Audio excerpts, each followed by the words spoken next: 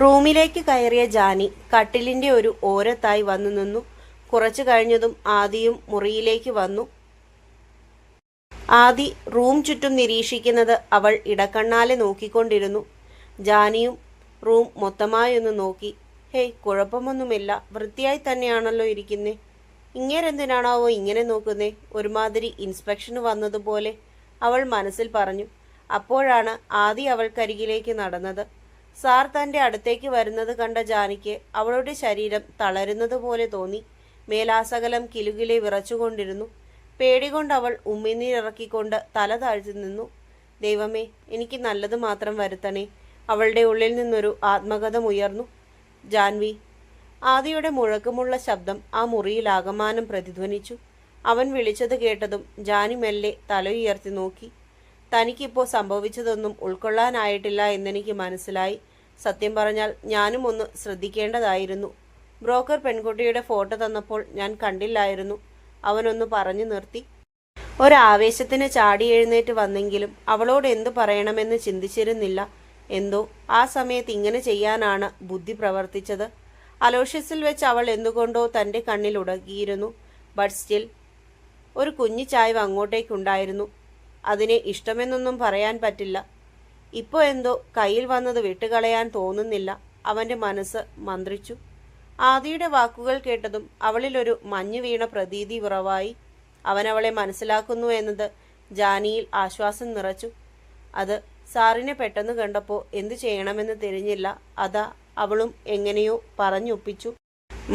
ആദിയൊന്ന് മൂളി. അവർക്കിടയിൽ കുറച്ചു നേരത്തേക്ക് മൗനം തളം കെട്ടി. അത് അസഹനീയമായതും ആദി പറഞ്ഞു. തനിക്കെന്നെ അക്സെപ്റ്റ് ചെയ്യാൻ പറ്റുമോ എന്നറിയില്ല. നമ്മുടെ ഏജ് തമ്മിൽ കുറച്ച് ഡിഫറൻസ് ഉണ്ടല്ലോ. എന്തായാലും എനിക്ക് ഈ പ്രപ്പോസലിന് താല്പര്യക്കുറവൊന്നുമില്ല. അവൻ തൻ്റെ മനസ്സിലുള്ളത് ജാനിയോട് തുറന്നു പറഞ്ഞു. എന്നാൽ ആദിയുടെ തുറന്നു പറച്ചിൽ കേട്ട് ഞെട്ടിയത് നമ്മുടെ ജാനിക്കുട്ടിയാണ്. അവൻ്റെ വാക്കുകൾ കേട്ടതിനുള്ള നടുക്കം അവളുടെ മുഖത്ത് പ്രതിഫലിച്ചു. തിരിച്ചെന്തു മറുപടി കൊടുക്കണമെന്നറിയാതെ അവൾ കുഴങ്ങി. അവൾ പരിഭ്രമത്താൽ കൈവിരലുകളിലെ ഞെട്ട പൊട്ടിച്ചുകൊണ്ടിരുന്നു. അവളുടെ നിൽപ്പ് കണ്ടതും അവനിലൊരു കുഞ്ഞു പുഞ്ചിരി മൊട്ടിട്ടു. എങ്കിലും അവനത് സമർത്ഥമായി അവളിൽ നിന്നും മറച്ചു പിടിച്ചു. നന്നായി ആലോചിച്ചൊരു തീരുമാനമെടുത്താൽ മതി. സ്വന്തം ജീവിതമാണല്ലോ. എന്നാൽ നമുക്ക് പോയാലോ? അവരവിടെ നമ്മളെ കാത്തു നിൽക്കുന്നുണ്ടാവും. എന്തായാലും തൻ്റെ വാലുകൾ ഞാൻ നിങ്ങളുടെ സാറാണെന്ന് എല്ലാവരെയും അറിയിച്ചിട്ടുണ്ടാവും. ആദി അവളോട് പറഞ്ഞു. അതും പറഞ്ഞ് അവൾ പുറത്തേക്കിറങ്ങി. പിന്നാലെ ആദിയും. പിള്ളേര് വന്നല്ലോ. മോൻ ഇവരെ പഠിപ്പിക്കുന്ന സാറാണല്ലേ? കുട്ടികൾ പറഞ്ഞപ്പോഴാ ഞങ്ങൾ അറിയുന്നത്. ആദിയും ജാനിയും വരുന്നത് കണ്ട് മുത്തശ്ശി പറഞ്ഞു. ആദി അത് കേട്ട് അവരെ ഒന്ന് ചിരിച്ചു കാട്ടി. അമ്മുവും വിച്ചുവും ജാനിയെ കണ്ണുകൊണ്ട് എന്തൊക്കെയോ കാണിക്കുന്നുണ്ട്. എന്നാൽ ജാനി ഇതൊന്നും അറിയുന്നില്ല. പക്ഷേ അവരുടെ കോപ്രായങ്ങൾ കണ്ട് ആദി ഒന്ന് നോക്കി. അവൻ്റെ നോട്ടം കണ്ടതും അവർ ഡീസൻ്റായി. ആദി നടന്നു ചെന്ന് അമ്മയുടെയും അച്ഛൻ്റെയും അരികിൽ വന്നിരുന്നു. അമ്മ അവൻ്റെ ചെവിയിലെന്തോ ചോദിച്ചതും ആദി സമ്മതാർത്ഥത്തിൽ തലയാട്ടി. അമ്മ അവനെ വിശ്വാസം വരാതെ കുറച്ചു നേരം തുറച്ചു നോക്കി. പിന്നെ അതൊരു നിറഞ്ഞ പുഞ്ചിരിയായി മാറി. അവർ അച്ഛനെ ആദിയുടെ സമ്മതം അറിയിച്ചു. അപ്പോൾ ചെറുക്കന് പെണ്ണിനെ ഇഷ്ടപ്പെട്ടു. ഇനി ജാനിമോളുടെ സമ്മതം കൂടി അറിഞ്ഞാൽ മതി. ഭാസ്കരൻ പറഞ്ഞതും സുഭദ്ര ജാനിയെ നോക്കി. അവളുടെ ഉത്തരമറിയാനെന്നോണം. എന്നാൽ ജാനി മറ്റേതോ ലോകത്തെന്ന പോൽ നിൽക്കുകയാണ്. അവിടെ നടന്ന കാര്യങ്ങളൊന്നും അവൾ അറിഞ്ഞില്ല. വിച്ചു തോളിലൊന്ന് തട്ടിയപ്പോഴാണ് ജാനി ചിന്തയിൽ നിന്നുണർന്നത്. എന്താണെന്നറിയാതെ അവൾ എല്ലാവരെയും ഒന്ന് നോക്കി. ഒടുവിൽ അമ്മു അവളുടെ ചെവിയിൽ കാര്യങ്ങളൊക്കെ പറഞ്ഞു കൊടുത്തു. തൻ്റെ സമ്മതത്തിനായാണ് അവർ കാത്തു നിൽക്കുന്നതെന്നറിഞ്ഞതും അവൾ നിന്ന് പരുങ്ങാൻ തുടങ്ങി. അവൾ ആദിയെ ഒന്ന് നോക്കി. അവൻ അവളെ തന്നെ നോക്കിയിരിക്കുന്നത് കണ്ടപ്പോൾ വേഗം നോട്ടം മുത്തശ്ശിയിലേക്ക് എത്തിച്ചു. എന്തുകൊണ്ടോ മുത്തശ്ശിയുടെ മുഖത്തെ സന്തോഷം അവളെ തണുപ്പിച്ചു. ജാനി, മോൾക്ക് സമ്മതമാണോ? അവളൊന്നും പറയാതെ നിൽക്കുന്നത് കണ്ടതും സുഭദ്ര ചോദിച്ചു. അവൾ പിന്നെ വേറൊന്നും നോക്കാതെ സമ്മതമാണെന്ന് തലയാട്ടി. അവളുടെ മറുപടി എല്ലാവരിലും ഒരു ആശ്വാസം നിറച്ചു. രണ്ടു കൂട്ടർക്കും ഇഷ്ടമായ സ്ഥിതിക്ക് ഇതങ്ങ് ഉറപ്പിക്കാല്ലേ? ഭാസ്കരൻ നല്ല ഫസ്റ്റ് ക്ലാസ് ചിരിയോടുകൂടി എല്ലാവരോടും ചോദിച്ചു. അതുതന്നെയാ നല്ലത്. സുഭദ്രയും അത് ശരിവെച്ചു. ജാനിമോളുടെ ജാതകം ഫോട്ടോയുടെ കൂടെ അയച്ചത് കാരണം നല്ലൊരു ജോത്സ്യനെ കണ്ടു തന്നെ പിള്ളേരുടെ ജാതകങ്ങൾ നോക്കിച്ചിരുന്നു. 10ൽ 8 പൊരുത്തവുമുണ്ട്. ആദിയുടെ അമ്മ പറഞ്ഞു. എന്നാൽ ബാക്കി കാര്യങ്ങളിലേക്ക് കടക്കാം. ഭാസ്കരൻ എല്ലാവരോടുമായി ചോദിച്ചു. മക്കൾ അകത്തേക്ക് പോയിക്കോ, സുഭദ്ര 3 പേരോടുമായി പറഞ്ഞു. മുത്തശ്ശി അത് പറഞ്ഞതും അവർ നല്ല അനുസരണയോടെ അകത്തേക്ക് പോയി. പോകുന്നതിനിടയിൽ ജാനി ഒന്ന് ആദിയെ നോക്കാനും മറന്നില്ല. അവളെ ഓട്ടക്കണ്ണിട്ട് നോക്കിക്കൊണ്ടിരുന്നവൻ അത് കൃത്യമായി കാണുകയും ചെയ്തു.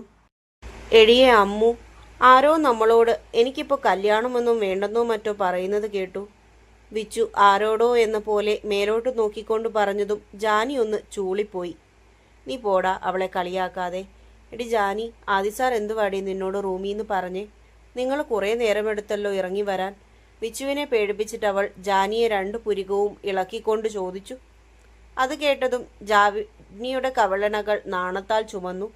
അവൾ അവരോടൊന്നും പറയാതെ കട്ടിലിൽ വന്നിരുന്നു.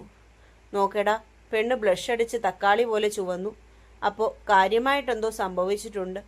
അമ്മു വിച്ചുവിനെ നോക്കി പറഞ്ഞു. അങ്ങേരെന്തുവാടി പറഞ്ഞത്? ഞങ്ങളോടും കൂടി പറ പ്ലീസ്. അതും പറഞ്ഞ് 2ഉം കൂടി അവൾക്കിരുവശവും വന്നിരുന്നു. അതുണ്ടല്ലോ, സാറിന് പ്രപ്പോസലിന് താല്പര്യക്കുറവില്ല എന്ന് പറഞ്ഞു. അവളത് പറഞ്ഞതും 2ഉം ആണോ എന്ന അർത്ഥത്തിൽ അവളെ നോക്കി. പിന്നെ അവൾ അവിടെ നടന്നതെല്ലാം വിവരിച്ചു കൊടുത്തു. വാതിലിൽ മുട്ടുന്നത് കേട്ടപ്പോൾ അമ്മു പോയി വാതിൽ തുറന്നു. സുമചേച്ചിയായിരുന്നു. ആ മോളെ, അവരിറങ്ങുക. സുഭദ്രാമ നിങ്ങളോട് ചെല്ലാൻ പറഞ്ഞു. അവർ സുമേച്ചിയോടൊപ്പം മുന്നിലേക്ക് പോയി. ജാനി വരുന്നത് കണ്ടതും ആദിയുടെ അമ്മ അവളുടെ അടുത്തേക്ക് നടന്നു നീങ്ങി. മോളെ, അമ്മ പോകുവാട്ടോ, നമുക്കിനിയും കാണാം. മീനുവമ്മ ജാനിയുടെ തലയിൽ തഴുകിക്കൊണ്ട് പറഞ്ഞു.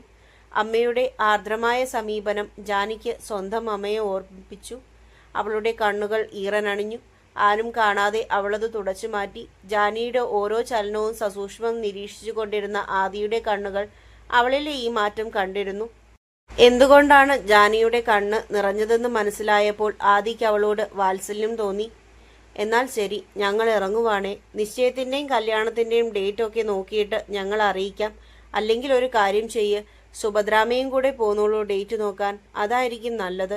അപ്പോൾ ഇരുകൂട്ടരുടെയും സൗകര്യം നോക്കാലോ, കേശവ് സുഭദ്രയോടായി പറഞ്ഞു. സുഭദ്രയ്ക്കും ആ കാര്യം സൗകര്യപ്രദമായി തോന്നിയതിനാൽ അവർ സമ്മതത്തോടെ തലയാട്ടി. എല്ലാവരും വണ്ടിയിൽ കയറി. ആദി കയറുന്നതിനിടയിൽ ജാനിയിലേക്ക് നോട്ടം പായിച്ചു.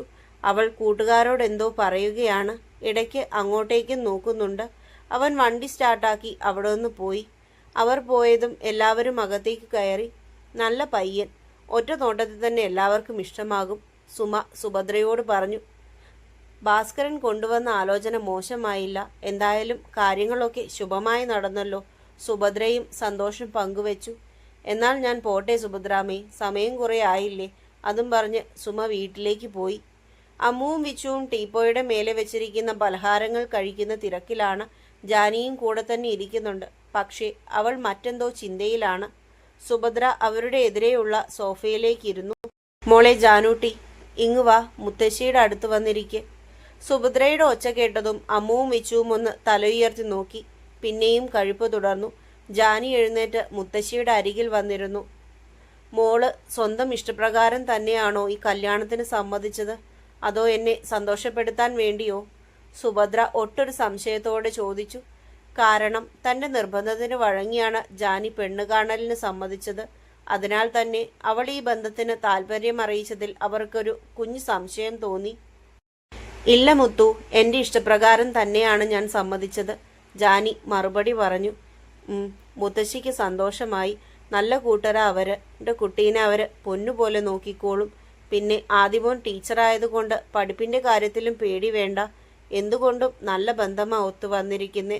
മുത്തശ്ശിയുടെ കണ്ണുകൾ സന്തോഷം കൊണ്ട് തിളങ്ങി. തിരിച്ച് വീട്ടിലേക്കുള്ള യാത്രയിലാണ് ആദി. ഭാസ്കരനെ അയാളുടെ വീട്ടിൽ ഇറക്കി കൊടുത്ത് കാർ ഓടിക്കുന്നതിനിടയിൽ അവൻ കൂടെയുള്ളവരെ നോക്കാനേ നിന്നില്ല. അറിയാം അവരുടെ പ്രതികരണം എങ്ങനെയായിരിക്കുമെന്ന്. അച്ഛൻ്റെയും അമ്മയുടെയും നോട്ടം തന്നിൽ പതിക്കുന്നത് അവൻ അറിയുന്നുണ്ടായിരുന്നു. എന്നാലും കണ്ടില്ലെന്ന് നടിച്ചു. വീട്ടിലെത്തിയ പാടെ മുറിയിലേക്ക് പോകാൻ സ്റ്റെയർ കയറാൻ തുടങ്ങിയവനെ കേശവ് തിരിച്ചു വിളിച്ചു. ആ വിളി അത്ര പന്തിയല്ല എന്ന് തോന്നിയതും അവൻ ശ്വാസം ഒന്ന് ആഞ്ഞു വലിച്ചു വിട്ട് അവർക്കടുത്തേക്ക് ചെന്നു. മോൻ എങ്ങോട്ടാ ഇത്ര തിരക്കിട്ട്? ഇവിടെ ഇരുന്നേ, ഞങ്ങൾക്ക് കുറച്ച് സംസാരിക്കാനുണ്ട്. മീനുവമ്മ അവനെ അവിടെയുള്ള സോഫയിലേക്ക് പിടിച്ചിരുത്തി. അവരുടെ സംസാരത്തിൽ ഒളിഞ്ഞിരിക്കുന്ന കളിയാക്കലുകൾ മനസ്സിലായതും ആദി ഭൂമി പിളർന്നൊന്ന് താഴേക്ക് പോയിരുന്നേലെന്ന് ആശിച്ചു. നിനക്കെന്താ പറ്റിയേ? അങ്ങോട്ടേക്ക് പോയപ്പോൾ മോന്തയും വീർപ്പിച്ചുകൊണ്ട് പോയവനല്ലേ നീ? എന്നിട്ട് പെണ്ണിനെ കണ്ടപ്പോഴേ അവൻ സമ്മതിച്ചു. കേശവ് അവനെ കളിയാക്കിക്കൊണ്ട് ചോദിച്ചു. അത് കേട്ടതും ആദിയൊന്ന് പരിങ്ങി. അവര് പറഞ്ഞതിലും കാര്യമുണ്ട്. താൻ തന്നെയാണ് പിടിച്ചോണ്ട് പോയത്. പക്ഷേ പെണ്ണിനെ കണ്ടപ്പോൾ എല്ലാം കയ്യിന്നു പോയി. തീരെ പ്രതീക്ഷിക്കാത്ത ഒരു കൂടിക്കാഴ്ച ആയിപ്പോയല്ലോ അത് പിന്നെ നിങ്ങൾ കുറേ ആയില്ലേ എനിക്ക് പെണ്ണാലോചിച്ച് ബുദ്ധിമുട്ടുന്നു. അപ്പോൾ അതങ്ങ് സമ്മതിച്ചേക്കാമെന്ന് വിചാരിച്ചു. എത്ര നാളാന്ന് വെച്ചാ നിങ്ങളിങ്ങനെ കഷ്ടപ്പെടുത്തുന്നേ? ആദ്യ വളരെ നിസാരമട്ടിൽ അവരോട് പറഞ്ഞു. അവന്റെ സംസാരം കേട്ടതും അവർ താഴേക്ക് കൈ കൊടുത്തുപോയി. മതി മതി, പൊക്കോ, അധികം കിടന്നുരുളേണ്ട, നല്ല ക്ഷീണം കാണും. കേശവനെ ഒന്നാക്കി പറഞ്ഞു. ഇനിയും ഇവിടെ നിന്നാൽ ശരിയാവൂല എന്ന് മനസ്സിലായതും അവൻ വേഗം അവിടുന്ന് മുങ്ങി. രാത്രി ഉറങ്ങാൻ കിടന്ന ആദിയെ എത്രയൊക്കെ തിരിഞ്ഞു മറിഞ്ഞു കിടന്നിട്ടും നിദ്രാദേവി കടാക്ഷിച്ചില്ല. അവന്റെ മനസ്സ് അപ്പോഴും ഒരുവളിൽ തന്നെ ചുറ്റിക്കറങ്ങിക്കൊണ്ടിരുന്നു. ഇന്ന് ജാനിയെ കണ്ട നിമിഷം അവനിൽ മിഴിവോടെ തെളിഞ്ഞു. സാരിയിലെന്ത് സുന്ദരിയായിരുന്നു പെണ്ണ്. ആഞ്ഞൊന്ന് കെട്ടിപ്പിടിക്കാൻ തോന്നിപ്പോയി. എങ്ങനെയൊക്കെയോ മനസ്സിനെ വരുതിയിലാക്കിയതാണ്. ഹോ, ഭാഗ്യത്തിനാ ഇന്നത്തെ പെണ്ണ് കാണലിന് സമ്മതിച്ചത്. ഇല്ലായിരുന്നേൽ ഇത് വല്ലതും നടക്കുമോ? ഇനി ക്ലാസ്സിൽ വെച്ച് പെണ്ണിനെ കാണുമ്പോൾ എനിക്ക് കണ്ട്രോൾ തരണേ ദൈവമേ. അതും പറഞ്ഞവൻ തലയിണയിലേക്ക് മുഖം പൂഴ്ത്തിക്കൊണ്ട് കമഴ്ന്നു കിടന്നു. മറുപുറത്ത് ജാനിയുടെ അവസ്ഥയും ഇത് തന്നെയായിരുന്നു. ഹോ, എന്നാ ലുക്കാന്നേ സാറിനെ കാണാൻ. ഷോ, എനിക്ക് വയ്യ. അവൾ കട്ടിലിൽ മുഖം പൊത്തിക്കൊണ്ട് കിടന്നുരുണ്ടു. പിന്നെപ്പോഴോ വെളുപ്പിനാണ് അവൾ ഉറങ്ങിപ്പോയത്.